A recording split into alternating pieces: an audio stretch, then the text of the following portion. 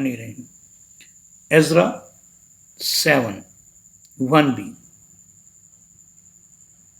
Ezra was the son of Seraiah. Seraiah was the son of Azariah. Azariah was the son of Hilkiah.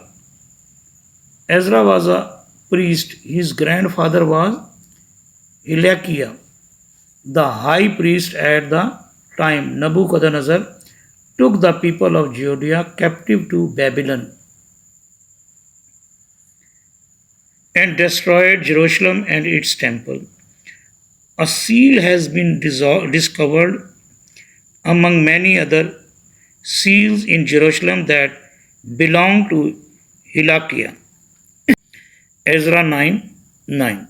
Yes, we were slaves, but you would not let us be slaves forever. You were kind to us. You made the king of Persia be kind to us. Your temple was ruined, but you gave us new life so we can build your temple again and fix it like new. God, you helped us build a wall to protect Judea and Jerusalem. Through the years, beginning with King Cyrus of Persia, who conquered Babylon, successive kings were kind to the Jews. Darius, Xerxes, and Artaxerxes. Several times during their reign, Jews were allowed to return to their homeland. Nehemiah 1:1. These are the words of Nehemiah. Nehemiah was the son of Hekaliah. 1. Nehemiah was in the capital city of Susa in the month of Kislev. This was in the 20th year that Artaxerxes was king. Darius the Great built his winter palace in Susa. He explained this palace which I built at Susa from after its ornamentation was brought downward the earth was dug until I reached rock in the earth. When the excavation had been made, then rubble was packed down some 40 cubits in depth, another part 20 cubits in depth. On that rubble the palace was constructed. This inscription is on display at the British Museum in London. Susa was also known as Shushan and in near the modern city of Shush. It was taken from the Assyrians by King Cyrus in 540 BC and made one of the capitals. Susa continued as a winter capital and residence for the Persian king after Darius the Great, Xerxes I, Artaxerxes I, etc. Nehemiah 2:10, 19, 4, 1 to 7, 6, 7, 1, 7. Sanballat, very upset and angry that someone had come to help the people of Israel. Sanballat was from Horon, but Sanballat from Horon heard that we were building again. They made fun of us in a very ugly way. They said, "What are you doing? Are you turning against the king?" Sanballat became very angry and upset. He started making fun of the Jews. Sanballat talked with his friends and the army at the Samaria.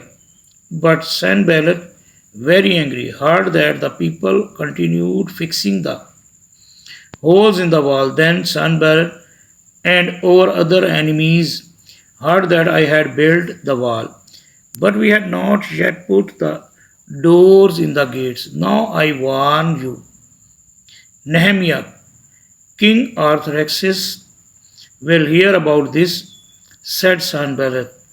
An elephantine papyrus dated to about 407 BC mentioned Sanballat. The letter was found in the ancient city of Elephantine and was written by the priest who lived there, requesting authorization to rebuild a Jewish temple in the city. It is addressed to Teliah and Shelmiah, the son of Sanballat, governor of Samaria.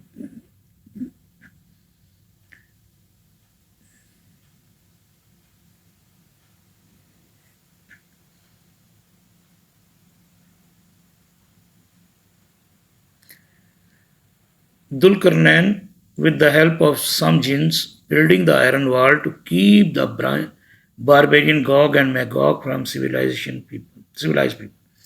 16th century Persian miniature. This is imaginary or thinking of the people in the past that Gog Magog were not humans. They were from, and the Cyrus the Great built the wall with the help of jinns. This is another picture in which it is shown that Cyrus is building the wall. In the search of wall, Caspian gates. The gates of Alexander were a mythical barrier supposedly built by Alexander the Great in the Caucasus to keep the uncivilized barbarian of the north, usually associated with the Gog and Magog legend, from invading the land to the south. The gates were a popular subject in medieval travel literature, starting with the Alexander romance in a version from perhaps the 6th century AD. The wall has been frequently identified with the Caspian Gates of Durban, Russia. In the Alexander romance, Alexander chases his enemies to a pass between two peaks in the Caucasus, known as the breast of the world.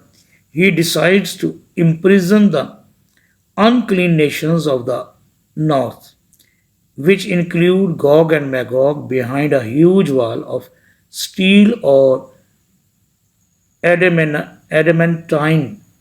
With the aid of God, Alexander and his men closed the narrow pass, keeping the uncivilized Gog and Magog from pillaging the peaceful southern lands.